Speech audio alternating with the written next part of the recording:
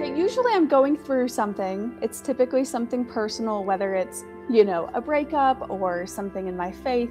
And writing songs is just how I get it out. It's my diary.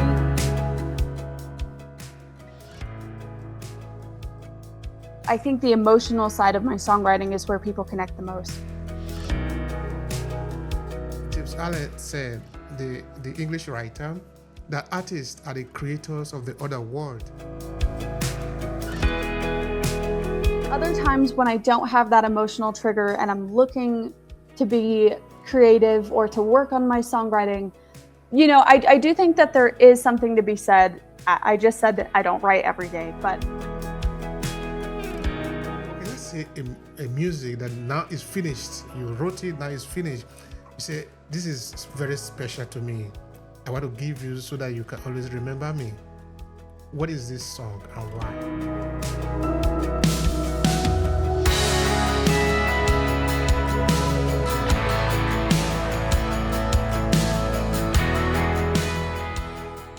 Hello, everyone, and thank you for joining us in the Obehi Podcast. I remain your host, Obehi Ewanfo. Every now and then, we bring in incredible guests to share their story with us, to let us know what they are doing, whether they are founder, they have a business, what kind of methodology are they using to be able to succeed in business. The reason for doing this is so that you can also apply the same in your business. So today, I have the pleasure of having an incredible guest with me, Jamie, who is going to be sharing with us her experiences, what she does, and why she does what she does. That is very important. So, Jamie, thank you so much for being here. Could you please introduce yourself to our audience? of course, thank you for having me. My name's Jamie Hansen. I'm a country pop artist based out of Wyoming in the United States, and I'm also a songwriter. All right, that is interesting. So, you are a songwriter. You are also an entrepreneur. Can we call you that? Yes, sir. That's interesting, Jamie. All right. So what we do here is that we like to talk a lot about ourselves, who we are, and why we are doing what we are doing, because we want people to be able to connect to the human being behind the brand. So we spend a few seconds, therefore, learning about you, where you are coming from, and also why are you even doing what you are doing. But let's start from the basis. Where exactly are you coming from? What can you tell us about maybe your infancy, something that is not just of the current time, something in the past? Tell us something about that. Yeah, of course. I guess I got my start in music thanks to my grandma Mary. This is kind of a fun backstory. I was born premature. And when I was in the NICU, my grandma would sing to me. And I think that's why I became a singer. I don't know why I became a songwriter, but that's why I'm a singer. And she honestly made me want to pursue it as a career. I didn't know you could at that young of an age, but it's just something that's always been on my heart, and I've always wanted to be able to share my own story with the world through music. All right. So your grandma Mary, correct, is the one that get you into music because she used to sing to you, right? Yes. Mm-hmm. Okay. But why did you remain in music? The way you connect to other people is just you don't find anything like that anywhere else, in my opinion. I think music heals, and not just being able to listen to it, but creating it is a very therapeutic process for me. Being a songwriter is the most fulfilling part of what I do, outside of performing, and it's how I process life. And so I can't imagine doing anything else, whether it's in my free time or the rest of my day, working. I can't imagine pursuing anything else. All right, that is interesting. So tell us about what you feel when you write music, because you are a music writer, a songwriter. You're also a producer, correct? Are you also a performer? Are you also a producer? I'm not a producer. Mm-hmm. I leave that to the professionals. But I do perform. I perform in the Mm-hmm. Mountain West, and I'll have some shows in Alaska in January, and that keeps me pretty busy. Um, so your question was, what do I feel when I make music, or what Yeah, that yeah, yeah, yeah. process is like? I'm trying to understand what is passing through in your head when you create music. Yeah, usually I'm going through something. It's typically something personal, whether it's, a breakup or something in my faith. And writing songs is just how I get it out. It's my diary. And what I found is the more vulnerable I am as a songwriter, the more fulfilling that is with other people, because they're going through something similar. They just don't have the ability to get it out in the form of music. So I think that's why it's so important to be true to who you are and what you're going through when you're writing music, because other people need that. They need that vulnerability and transparency in order for them to process their own life. All right. Vulnerability and being true to yourself. To what extent are you really true to yourself, or should we be true to ourselves as artists by the time we start interpreting life and what is happening to us? Because now this is how we help other people to heal and to learn. I understand that. But to what extent are we supposed to do that? I do feel like it is a difficult line to draw, because if you're personal, if you're sharing your personal life through music or in other forms of art, I think it can also, there needs to be a boundary there, but you have to decide how to set that, how much you share. And I think people get to read into art, right? Like I can share an experience I have and it feels super vulnerable to me, but it's not like I'm not naming people in my songs, you know? So I think people still can adapt that to their own lives. And for me, it's just being true in a song without, without stepping on somebody else's toes as far as revealing personal details goes. All right, that's a good one. That's a good one. Somebody must pay attention to. Then you also say that the music helps us to heal, and that cannot be said better than that. Uh, can you tell us more about that? In what way can music help somebody to heal, particularly for those that are listening to you? Because the reason for this podcast is so that we can help other people to learn, to heal, and also to grow, whether they are in business or they are artists like you. But now, since you make mention of that, throw out that word, I want you to expand on it a little bit more. Yeah, it's something very powerful to be a part of someone else's experience and how they process life. I guess one example, I was performing in Idaho one year, and I have a song for my dad, and it's basically a thank you for everything that my dad does, and he's really great. And afterward, I ran into this woman who was crying, and I didn't think it had anything to do with something I sang or put out there, and it had to deal with the song about my dad, because she did not have a good experience, and it helped her process what she went through, and that relationship that looked a lot different. And so that was incredibly powerful to know that something, I wasn't writing that song for other people outside of my dad. I just wrote it as a thank you, and decided to put it out into the world. And something we did with the music video for that, I had people submit pictures of them and their dad or a father figure. And we had hundreds of submissions come in for that, which was really special. And, getting to have people be a part of that experience. And I chose to do that because of that experience I had with that woman. So I think that's one experience. That's one way in which I think my music has helped somebody else. And if I helped shape one life or one experience, I think that's worthwhile. That's so lovely. That's so lovely.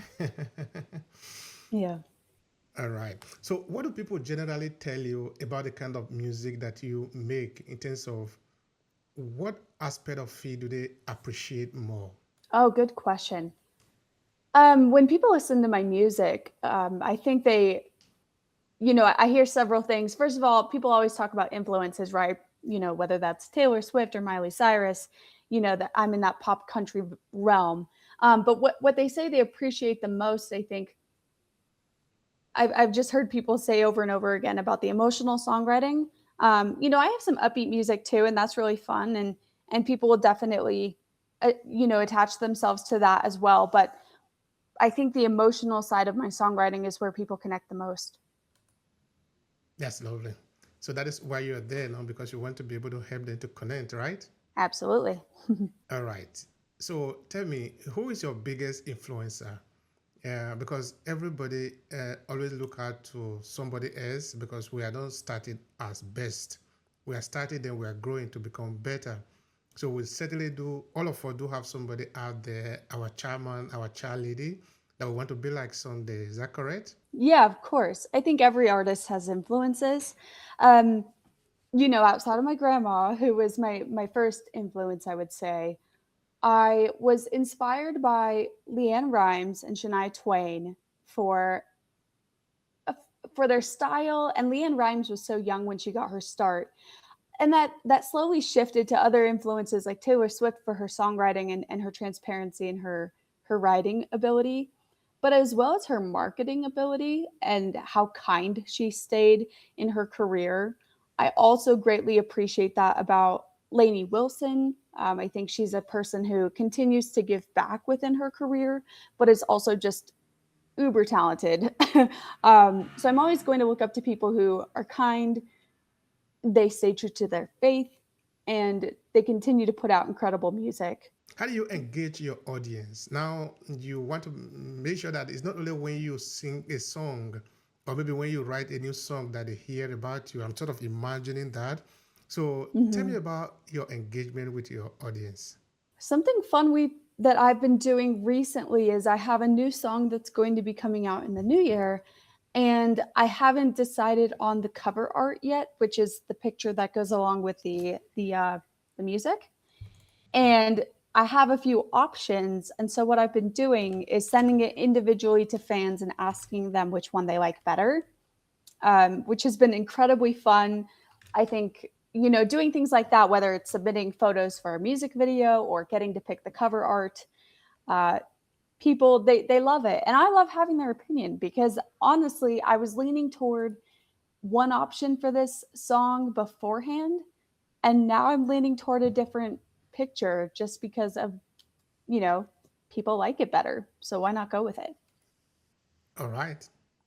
Why you lead it to one part instead of the other? We sort of like pictures a lot here because as part of our services, we employ what we call photo elicitation techniques, which is what we use to help our founders and business people to dig into their story. Because one of the things that we do is to help founder to own their story. Sometimes people forget even their story. Unfortunately, at least the deeper part of it, not just what happened yesterday. I'm talking of what happened when you were. You see, the first question I asked you was, "What do you remember as a young adolescent?" So sometimes we use photos for this, and we call it photo elicitation techniques. So now you were saying that you are sort of thinking of the cover album, and you are maybe pivoting to an angle in it or something. So I'm trying to Mhm. understand what is influencing that. Good question. So we had three options, and one option that I originally was leaning toward, I thought was a picture that really showed brokenness and vulnerability. And I really liked the skyscape in the background. Now, the option that everyone else is seeming to like, and I like it too now, is still vulnerable, but there's a hint of resilience that the other picture lacks. I also think it's a little bit more aesthetically pleasing outside of it doesn't have the beautiful skyscape, but the background is still beautiful. And that's not the important part, right? The important part is the subject of the photo, which is my expression, which is really important to the song. Um, if the song didn't matter to it, maybe the other picture would win out. But I think that's why other people are liking this one and why I think I've been won over. I All think right. we'll be going with the option that everyone seems to like. But I still have a lot more fans to chat with and get their opinion on. So Do you make them to vote? How do you embark on that? Do you make them to how like? do I? Do you make them to like vote on? Okay, maybe you are doing A/B testing. You have picture A and picture B, so you want them to choose. So you say, okay, vote. Which of them would you prefer? Is it how you do it, or can you expand Yeah, on that more? I've been sending a poll out via Instagram. It's been a lot of direct messaging. It's taken a lot of time. But the incentive, besides giving input on the single cover art, they get to see a little sneak peek of the music video once they give their opinion. So that's been kind of fun. But yeah, it's all been over Instagram. I haven't tried it with my other platforms yet. Um, I'll probably I'll probably be testing it out with my email list this month. So we'll see what happens there. All right. So you were talking about be original, something like that. Be authentic and be vulnerable uh, and with your audience. Now, when you sing your music, And I really think that is what people want to connect to at the end of the day. Of course, that is why we also are promoting a lot about storytelling, owning your story. It's not like maybe when you own your story, every part of the story is going to be shining. It is not true. There are some deep parts. There are some parts that you wish it never happened. But if we pay attention, those are actually what forge you, that make you a better person. Otherwise, you will always be a child all your life if you haven't maybe encountered deep things, no? But when it comes to sharing that story, or when it comes to leveraging that story, we don't need to hide it somewhere. Sometimes it depends on how we want to use it. Some people can take it and put it out there for people to understand what have happened to them, and then they will be able to create a story around that, or maybe how you can learn from that. So people might decide to say, okay, well, I don't want to talk about that because it's something personal. Well, of course, all of us are different. So I'm trying to understand what kind of story, a personal experience have you shared with people that maybe you think, I think I went a little bit too far, or I shouldn't maybe go that part. Share with me about that. Yeah, I wear my heart on my sleeve. So pretty much every day I feel like I share a little bit too much. Um, in all honesty, I think in parts where I think maybe I shared too much of my personal life through my music was writing about some of my relationships, but I also don't regret it. I've had relationships fail, and during that time, I was writing songs and putting it out about the love of my life, and then it didn't work out, and I still don't regret that because at the time that person was the love of my life, and I'm glad I captured it, and I'm happy if that can be a love song for somebody else that they really appreciate. That being said, I've recently been writing an album that is, gosh, it's the most vulnerable, transparent thing I've ever done. And it's not so pretty. And it is about a failed relationship that it just, it wasn't great. And it hurts to write. And I'm sure I won't want to do too many personal interviews about the experience of why I wrote it. But that being said, I think that album, when it's ready, will probably help the most amount of people because those are the people that need to hear it. And I needed that album. So, I think there's a difference between what you share in your songs and what you share in an interview. And I think people, they'll walk away with something really incredible and impactful from listening to the record that I don't need to go into deeper detail because it already was in pretty great detail when I was writing it. So I hope that answers the question. It does. I'm sort of trying to understand. Okay, I'm also an artist in the sense that I'm a writer. I've written a couple of books, so I get what you're saying. This sometimes, if you want to call it, this mysterious world that we live in, sometimes when you are creating things, it's kind of fun actually. For me, at least, it's Mm-hmm. fun because now as an artist you are creating things because you are imagining things that probably maybe might not there or maybe are there, or maybe a vision that you have, you are translating it into an asset, but that asset is going to condition the life of somebody. This is not a joke, this is a real thing, you see. uh, James Allen said, the English writer, that artists are the creators of the other world. Of course, by artists now, he's talking of people that are able to imagine and translate their imagination into things that people can see, whether it's a book, whether it's a music, whether it's a movie.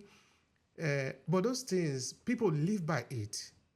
Because sometimes people don't care whether you created it or not, because sometimes actually neuroscience will tell us people don't know the difference between what you created and what is actually real. Because reality is if sometimes even at a very fine line there, no? Which is why artists are very powerful. Powerful in the sense of they create reality for people.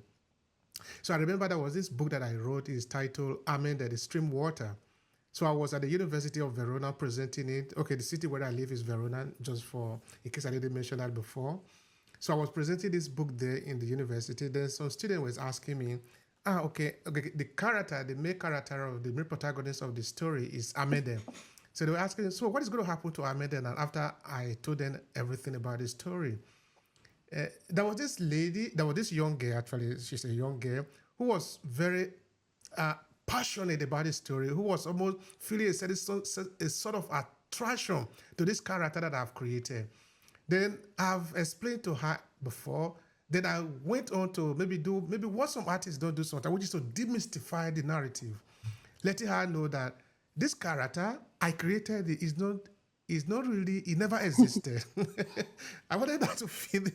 But when I did that, it's as if I I saved her from the trouble that she was going through so that she can see that it's just a character. So what I'm saying in essence is that sometimes having the ability to be able to create something is powerful. It's not something to play with, because whatever you are creating in that your dark or mysterious room where you are putting these images together, putting these songs together, believe it or not, somebody is going to live by that. That is the only thing that somebody is going to know. So knowing that as an artist, as a musician, as a songwriter who is basically deciding what you're going to put it into this music that is somebody's going to live by, how does that make you feel? I think you're right that it's a very powerful responsibility, that people, it impacts their day. It shapes a moment in time for them. I know that because in my life, there are memories I have attached to certain records or certain singles. And it did shape the way I felt about that experience. And so I recognize that might be true for my music, and how it helps other people, or how it could negatively impact somebody. I think that's why being truthful is so important to me, whether that's a good day or a bad day, because other people are experiencing the same thing. What I hope they walk away with is that there's always hope, even in, times of suffering. That's something that I think is reiterated throughout my catalog. I believe that, or the catalog that I haven't put out yet, is that God has a hand in everything, and I want them to see that part of me, not just, oh, she went through a breakup. No, this was a very multifaceted experience. Suffering leads to a better individual. If you're going through something similar, it's not the end of the world. It's going to feel like it, and that's kind of, I think that's the experience that I hope to help other people have, but I don't take it lightly. I think that's why, I leave certain details out of my writing, even though I'm incredibly honest, is I would never also want to hurt somebody by putting music into the world. I want to heal them. End of story. Lovely. Now, how do you get into the flow of your creativity? That's something really interesting, and something I've been trying to think about more these days. It's really easy to be in the flow when I'm going through something really powerful, is what I've noticed. Is if I'm experiencing something in life I need to write about, I'm automatically in the flow. That doesn't matter. In times when life is really good or peaceful, and there's not that big trigger, the flow state's a little bit more difficult to achieve, and I have to have other things around me inspiring that creativity and drawing it out of me. But I'm also not one of those individuals who, I don't have to write every single day. I don't have to create every single day. I try to do something creative every day. But I also let that process happen on its own too, if that makes any sense. I encourage it, but I don't force it. How do you encourage it? Okay, now I'm asking that for somebody that is listening to you. Say, hmm, I can I can apply that approach also in my work, because sometimes some people think that their creative juice is difficult to attain. They're not able to get there. Some people need to do a lot of things. Some people get into drugs. Some people get into different kind of things to stimulate their creativity. Okay, I'm not simply saying this is wrong or right, but I'm saying all of us get into our flow differently. But like you said, for me, when I want to write, I don't need anything. All I just need is the idea, and I can just trigger myself into it because I want the idea. So because I've written a number of books, so I already basically know the strategy. So then I can have a book, everything written in my head. All I just need to do is to download it sometime. So, so you say you can trigger yourself into your flow, something like that. Could you expand on Yeah. that a bit? Okay. So I guess when I've been incredibly productive when it comes to creativity, again, that's usually triggered by some emotional experience. And I sit down and I let that take over my entire life for however long it takes. I've written probably, 15 to 20 songs within a week and a half due to that, maybe more. So I let it take over my time. I don't listen to anything else. I simply let myself write and I don't edit. I don't edit during that time. I'll come back and edit later. I think editing can sometimes cut down on my creativity. So I let the creativity flow and I just focus on the creativity process. And I let myself write whatever I want to write. Other times when I don't have that emotional trigger and I'm looking to be creative or to work on my songwriting, I do think that there is something to be said. I just said that I don't write every day, but I did force myself to at one point in time. And there is some truth to that. If you sit down and you say, okay, here's a title I'm going to work from today, at least you know that you can have the discipline to create even when you don't feel creative. Giving yourself different prompts, giving yourself different ways to write. I also surround myself with creative people. I have other co-writers. So if I'm not feeling very inspired by myself, I'll bring in somebody who does tracks and I'll say, hey, I'd love to top line, which means writing lyrics and melody over top of a track. And that's another way I inspire my creativity. And I really enjoy that experience. It's different than when I'm sitting down to write something for myself by myself. Um, People who are better at hooks or titles, I'll bring in those kind of songwriters because I really like melody and lyrics from the beginning. Um, and then just enjoying creativity in different ways. If I'm not writing a lot of songs at that time, I might be creating a lot of videos, and that's still using that creative part of my brain. It might be that I am writing a press release, anything that I do in my day, I can consider to be creative. It's just looking at it in that lens of how can I apply myself, my voice, my vision to this project, even if it seems a little mundane. Hopefully that helps. Absolutely. When you look at the songs that you have written and also maybe in your performance, would you say maybe there is a central message? Okay, now put it differently.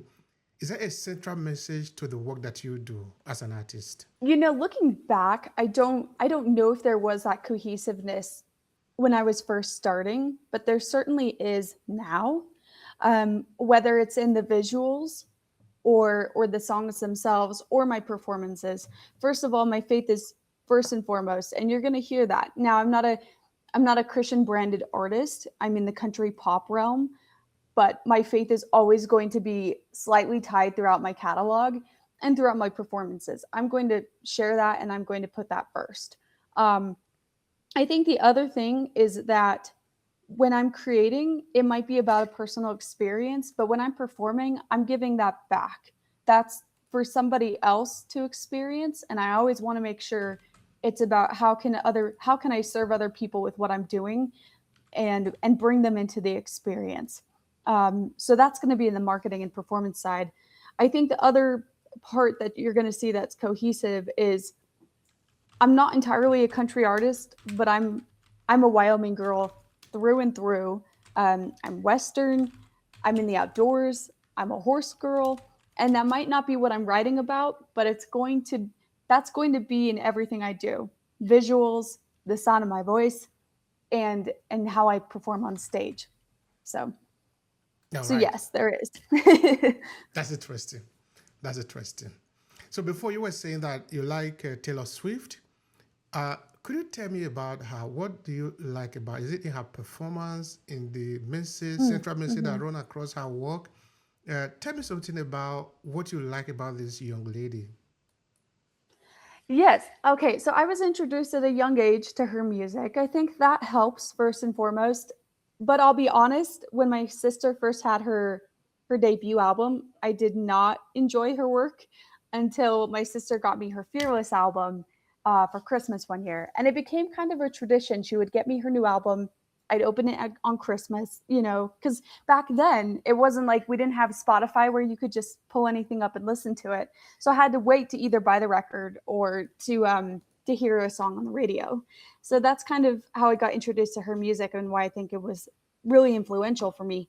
But what I really like about her songwriting is that everything is honest to the experience that she's going through at that point in time. And at similar times in my life, I had something that I connected to that album that came out. And I think that's really powerful. If you just have an album where songs are thrown together and they're not about a significant experience, I think it lacks that cohesiveness. And I strive to do that when I'm able from here on out to put out a record, that album would mark a significant point in my life. It would be a certain period of time. And the other thing I think that really impacted me about her was, there was a performance she did, I believe it was for the CMA Awards, and she was performing and then she backed up into this rain and it was just this waterfall and it was real. She wasn't the best singer at that point in time, but she performed and she did it with everything she had. And I think that's something that in all my performances I strive to do. I might not have a waterfall, but I'm going to give it everything I have. When you give it everything you have, that is good enough. Yeah. All right. So Agreed. tell me, between writing songs and performance, where do you spend most of your time? Which one do you enjoy most? You would ask. I enjoy them both for different reasons. I will always probably enjoy the creative part of songwriting the most out of anything I do. But then again, if you had asked me coming out of a performance, I probably would tell you that the performance is what I enjoy the most because I get to connect with people that way. With songwriting, it's really special. I get to share it with myself and hold on to it. And, I go into the studio and get to hear it for the first time in that way. And that's really special. But the second you connect it to other people, it becomes greater than yourself. And that's what I love about performing. Tell me about your best performance so far. Oh, that's a tough one. I feel like every performance is different. One of the bigger shows we got to do this year, my band and I, we performed at No Woodstock Festival. And we were on probably the biggest stage we've been on, headlining a festival. And we just, we had so much fun up there and did a really great job and got to meet people afterward. There was a little girl who was doing drawings of all the artists, and she ran up while I was on stage and was able to give that to me, which was really, really special. We also had a performance at the Cowboy Saloon in Wyoming, and gosh, that one was just so much fun. I think that was probably our best we've ever done, just because the environment and the audience. See, you're making me pick favorites, and that's really hard to do. I see. That is good. All right. If you were to say now, a guest come to your house, maybe within the entertainment world, and you want to give this person a performance. Okay, let's say a music that now is finished. You wrote it, now it's finished. You say, this is very special to me. I want to give you so that you can always remember me. What is this song and why? I know exactly which song I would do. It's a song called Saw Her in Dreams. And it's a song. Oh, excuse me. Sorry. It says Saw Me in Dreams. It's a song that is so deeply personal about an experience that isn't that pretty. And I can't go into too much detail because I do want to put it out one day. And I want to be able to share that story in its own time. But the reason that I would share that song is it's something I'm incredibly proud of.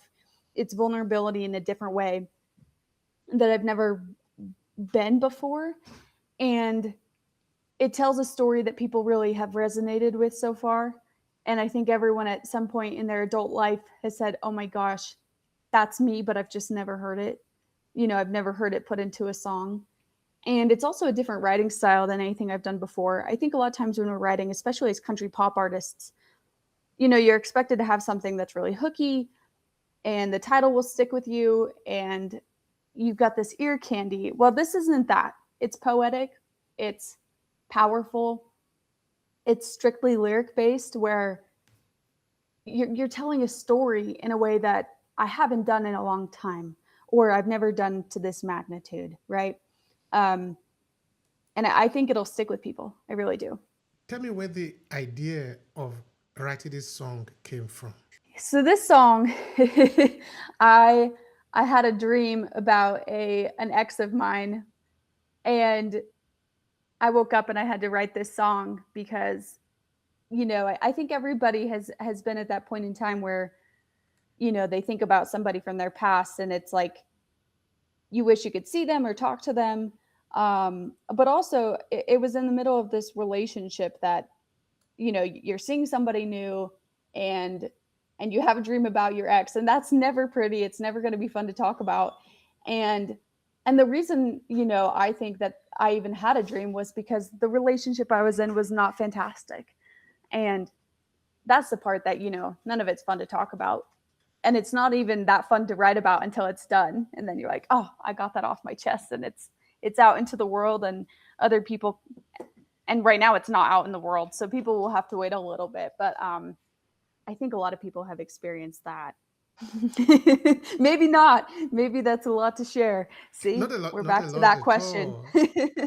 There is a lot to share there, and I think that is actually what makes us human. You see, before we're talking about vulnerability, and of course, as a storytelling consultant, that is something that we play with all the time, no? Because when you share your story, you are just on the surface. People will know. People are very intelligent, irrespective of what we might think, because we are an advanced human being based on the information that we have accumulated. So people will know if what you're saying is on the surface or is deep down. So by the time we share a story that is really an experience, people will know, because we are speaking to the hearing of other people, because we are the same. We are wired almost the same, more or less. Because now I'm saying the same in the sense that if you tell me your story, I will understand that this is a human story. But you try to tell that story to a goat, the goat will not hear that story because they don't have the same wiring, no? So it is good that we allow our vulnerability to show up sometime also in our work, because that is what makes us human. Otherwise, our work can be replicated by a robot. Today we talk about AI. AI cannot have that experience, you see? Because if we remove that experience, your work is equal to the work that can be created by ChatGPT or any other AI out there. And we don't want that Right. to happen. No. So I am sort of thinking that our vulnerability, our experiences, things that have happened to us are what make us human. Because now we are talking to people who maybe similar things have happened to. Now they can look at our story, our work, and say, yes, it happened to me too, but I never had the courage to say that. Or maybe I never thought that it happened to another person too. I thought it only happened to me.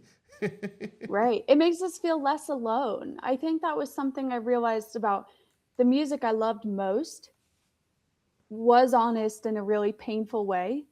And I needed to hear that. I needed to know that I wasn't the only person going through that or feeling that way. And so now when I write music about my own experiences, I try to hold nothing back, because I think that's what makes somebody connect with a piece of art. Absolutely. And that is going to be a good thing by the time you look back in the future. I Uh, hope so. of course, because we need to look for a way to better connect, because that is what we need more now. We need to connect to our human family, to let them know that, particularly for people that are thinking that they are alone, because now the internet, the AI, the technology have made us more alone. Because now from your home, you can do a lot of things. But we need that. I understand that we need that, but we also need the human embrace, to feel each Me other's too. perfume, to be there with each other and say, oh, yes, I can feel you. I understand you. You can't hug a robot. You can't tell No. your story to an A. Okay, I know you can do a lot of things, but we still need human beings. We are human beings. Mhm. All right, that is enough there. Tell me about the marketing. How do you get money out of this work that you're doing? Good question. And something we're always, I think I'm always learning and growing on is the marketing side of things. And I won't pretend to have it all figured out. What I've done a really good job at is networking with other people. The marketing side, we're obviously social media and making sure people connect with content. That's huge. As far as live shows, I think that's something I'm doing that other artists, you have artists who do tour, and then you have artists who are strictly on social media and haven't been able to perform live yet. And I've been really lucky that I've been performing for them, let's see, the last 5 years, and been meeting people and having experiences and growing a following that's not just on social media, um, but utilizes it.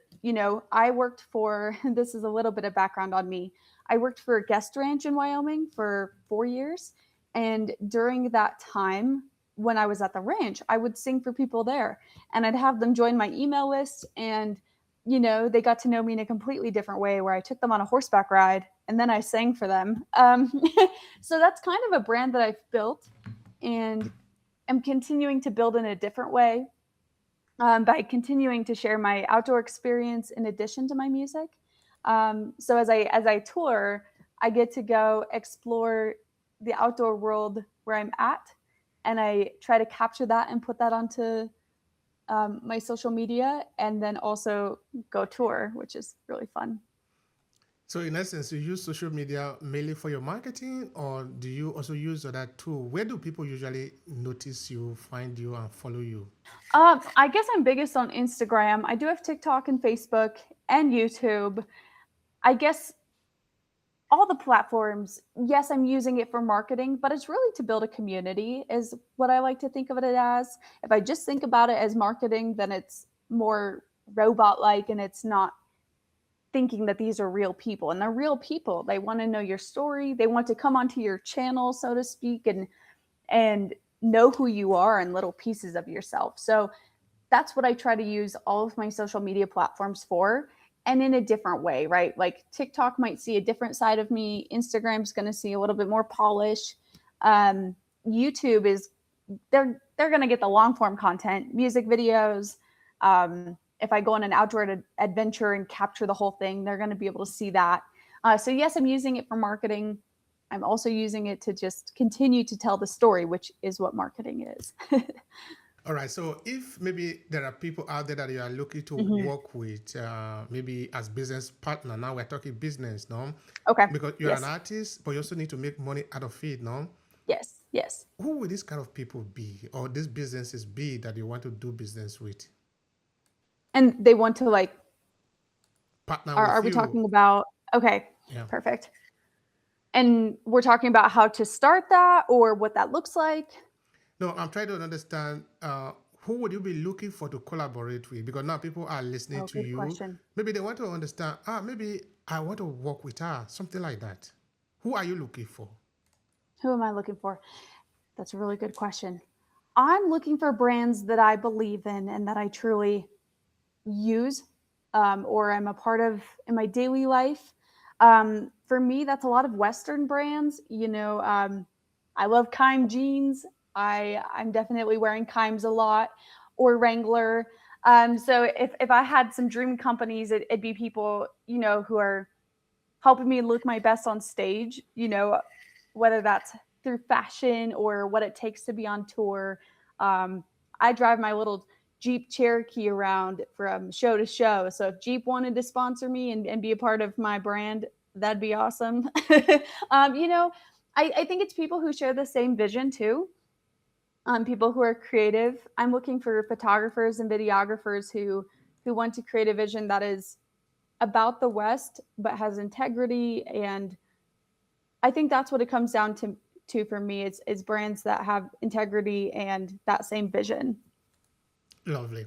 Now, tell me about the future. Where do you see yourself, maybe in the nearest future? What kind of music do you want to be doing, and where are you going to be performing? Let's look at you maybe in a couple of years, from 5, 10, 6 years from now. I I really think it's up from here. Kevin, my manager, and I have been working our tails off, and a lot of it's behind the scenes. So, I wish I could share everything with people, but what I hope to see and what I'm picturing for the future, obviously bigger shows, but I want to keep people connected in the same way that I have, and even more so. Um, First of all, we're already expanding where I'm performing next year. In the past, it's mainly been the Rocky Mountain West. Um, and I have shows booked in Alaska, Minnesota, the Dakotas. We're branching out, and I'm booking for 2026 for a lot of fairs and festivals. We'll see what happens, how everything shakes out. But I hope to make it onto a lot more festival stages, and I think we're going to see that. As far as the music goes, again, we're stepping into a new realm of music already in 2026, and it's bigger and better than anything I've ever done. I hope to continue that, to share parts of myself that, might have been hidden before. And I've grown a lot as an artist in the last few years, and I hope to share that. Um, as far as growth in other areas, I just hope to be able to share an experience with people in all ways, through visuals, through the email list. When people come and they come to my merch table and purchase that from me, I want that to be part of the experience for them. So everything's just going up, and I'm incredibly grateful for the team that I have. That's lovely. I love that. All right, now, Jamie, you see, uh, we extremely love what we are doing here. We love storytelling. We love the idea of bringing people like you to interview them, to share, to talk. Well, thank you. The joy we have in doing this is tied to the mission. One of the thing that we really are looking forward to is that as we are interviewing you now, we believe that this interview is going to last for a very long time. When you are no longer here, I'm no longer here. People are going to be navigating the ocean of internet. They will find this interview. They will listen to it. So when we have this at the back of our mind, we are very intentional of what we do. We are not just doing this because this is the only thing that we could do now. We could be doing other things, but this is what we choose to do because we want to be able to signal that we have been here. We want to speak to the future that is going to come, to the people that are not even born yet. We want to let them know that we have thought of them, that we are sending a message to them. This is the power of the story, communicating to what is going to come. Now, I am saying that to mean, of course, there are some people who do artistic work because they just need money, By the time they get money, they run to do some other things. Okay, to you, if you find $1 billion on the way today, are you still going to be here doing music? Or would you switch to something else? Absolutely, I'd be doing music. It'd probably make it a lot easier, actually. um, there's other things that I do in my time, and there's other jobs I've had, but I think I'm here on this earth to create. And for me, that's music. And I can't imagine, I can imagine doing other things, but I can't imagine being entirely fulfilled by the other things. Um, I might pick parts that I like better, but I love what I do. And I think that, working a 9 to 5 job, I don't know if I would be able to leave a legacy in the way that I can if I do this job and continue to push with my music. I have the ability to leave a legacy for other people, and I think that's incredibly powerful. Thank you so much for that. I appreciate it. It's been a pleasure here talking with you. In fact, there is something I wanted to say before I say this. Tell people how they can find you. That is fundamentally important. Yes, of course. First of all, my website is jamiehansenmusic.com. All of my social handles are Jamie Hansen Music.